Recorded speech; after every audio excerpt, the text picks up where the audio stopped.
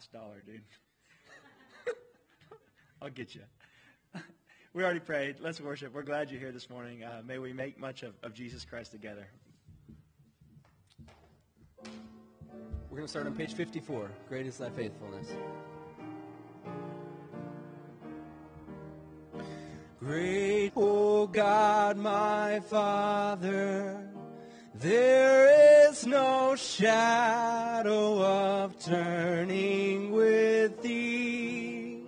Thou changest not thy compassions. Thou hast been, thou forever wilt be. Great is thy faithfulness. Great is thy faithfulness.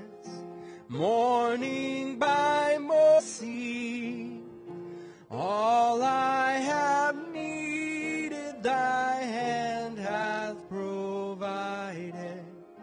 Great is thy faithfulness, Lord, unto me. Winter and springtime and harvest, sun, moon, and stars in their courses above, join with all nations to thy great faithfulness, mercy, and love. Great is thy faithfulness. Great is thy faithfulness. In new mercies I see. All I have needed, thy hand hath provided. Great is thy faithfulness. Pardon for sin and a peace that endureth. Thine own dear presence to cheer and to guide, and bright hope for tomorrow. Blessings all mine with 10,000 beside. Great is thy faithfulness, is thy faithfulness. Morning by morning, new mercies I see. All I have needed, thy hand hath provided. Faithfulness, Lord, unto me. Now we'll go to page 342, Rock of Ages.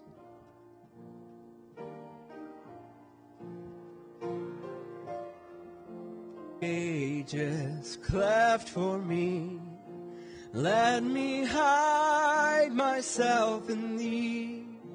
Let the water and the blood from thy wounded side, the double cure, save from wrath and make me pure.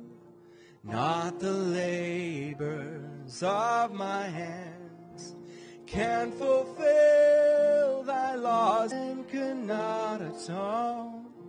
Thou must save, and thou alone. In my hand no price I bring, simply to thy cross all this fleeting breath. When my eyes shall close in death, when I rise to worlds unknown, and behold the Rock of Ages cleft for me, let me hide myself in thee. Would our ushers come forward, please?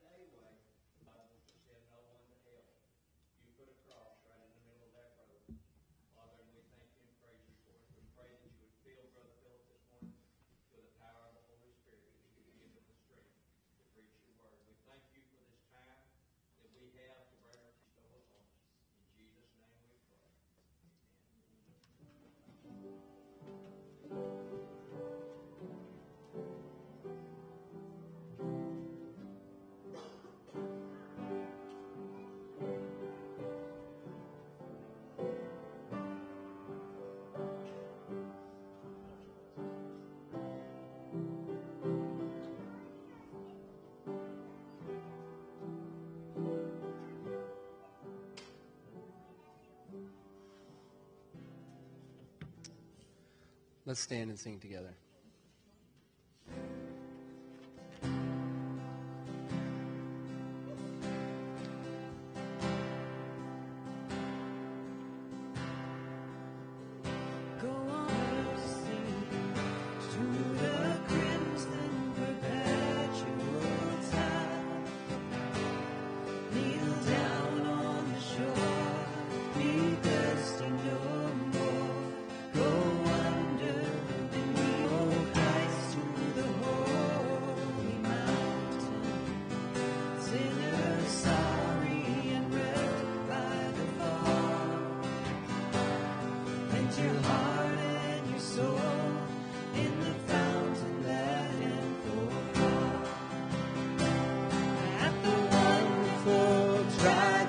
Mysterious tree on that beautiful, scandalous night, you and me were atoned by. On that beautiful, scandalous night, on the hillside you will be delivered, and at the foot of, and your spirit restored by the river that flows from our blessed Savior's side. At the wonderful, scandalous night, we're atoned by His blood and forever washed white.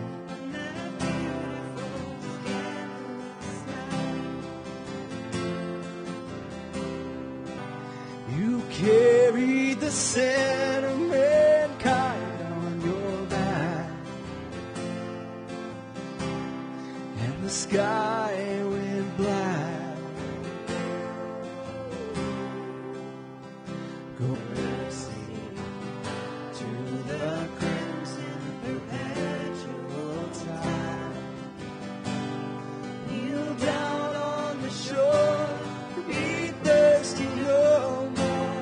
Go under the eye at the wonderful, tragic, mysterious stream on that beautiful, scandalous night. And we were atoned by His blood and forever washed white. On that beautiful, scandalous night, beautiful, scandalous, miraculous night.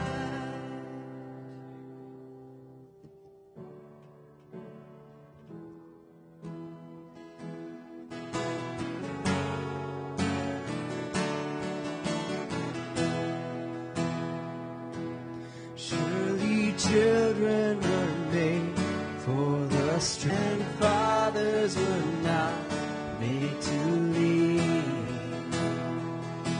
Surely this isn't how it should be. Let your kingdom come. Surely nations were not made for war, or the broken meant to be ignored. Sure, song, let your kingdom come here in my heart, and I will live to carry your compassion, to be your hands and feet, and I will give with the life that I've been given, and go beyond religion to see the world each of your name. By the power of your name,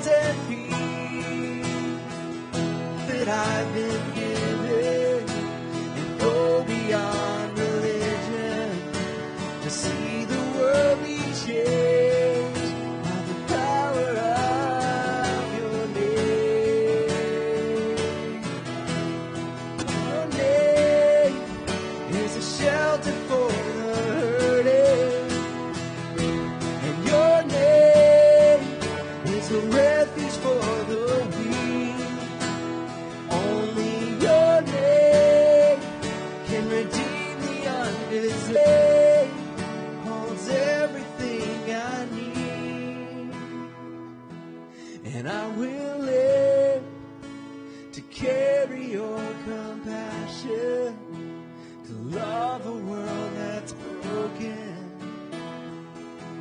and I will give with the life that I've been given, and go beyond religion to see the world be changed. And your compassion, to love a world that's broken, to be your hands and feet. And I will give with the life that I've been given to see the world be changed by the power of your name.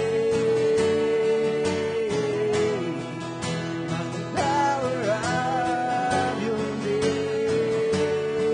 Of your name. By the power of your name.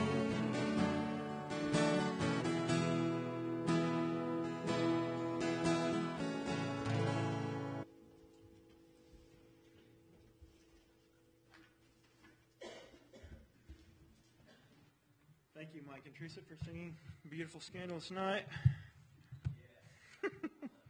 When we were in Chicago here a couple months ago, I say we, I won't lump my family in with me. I was so excited about going and seeing him sing. But then we looked, it was a couple hours before we were supposed to leave, and it was about 2 hours further away than we thought, so we didn't get to go, which made us all sad collectively, I think, with my wife. Matthew 25 this morning, Matthew 25. We've been in Matthew 23, 24, 25 here for the last couple of months. The Olivet Discourse, one of Jesus' fiercer sermons, and now we're we're dealing with judgment and end times. Matthew 25 will be specifically verses 31 through 46 this morning, but we'll actually be here for the next couple of weeks. And in these passages, if you are familiar with these verses, these are the verses where Jesus separates the sheep from the goats. The distinguishing feature between the two groups are those who provide a cup of water to the thirsty, those who give clothing to the naked, those who visited individuals while they were in prison or jail. These kind of so we're going to do a couple different things. One, over the next couple of weeks, we'll talk about who the least of these are in the context of that passage. Second, we'll maybe talk about how we can best minister in that sorts of way, being the hands and feet of Jesus, taking care of the body. What would a homeless ministry look like for us? We can really do what Jesus called us to do. But one of the parts of this passage, and really one of the parts in hindsight as I go back and look through what we've looked at, so there will be individuals that are sent to this fire that's been prepared for the devil's angels. Jesus, stranger, you did not invite me in naked, and you did not clothe me sick, and in prison you didn't visit me. And they will answer, Lord, when did we see you hungry or thirsty or a stranger or naked or sick? And Jesus, he ends verse 46 saying these words. These will go, and this has been a reoccurring theme throughout these last couple of chapters in Matthew. And it's not that we have necessarily not read these verses. We have, but we have not dwelt on and just contemplated judgment itself. And I think it's a very appropriate time to do so. And so really just be reminded with what God's Word said. It's very sobering. And what I mean by sobering is I don't know if you would know what it's like to be intoxicated, but this sobers you up, and it really focuses our line of thinking. It makes us very grounded in God's Word and grounded in the Scriptures. We don't avoid preaching on hell here, at least I don't intentionally do it. But at the same time, there were verses last week, like verse 51 here a couple weeks ago, where an individual will be cut into pieces and assigned with the hypocrites, and in that place. But we certainly did not dwell upon someone being cut into pieces. We didn't talk at length about someone being thrown into the outer darkness or places with weeping and gnashing of teeth. I don't delight in those sorts of words. I don't love to dwell upon them. And I don't, and I acknowledge that judgment is real, but we don't talk about it a lot on Sundays. And so I don't want to neglect His Word. I don't want to neglect His truth. It is one of God's truths. And we'll hear this morning that we have to subject ourselves to all of his truths as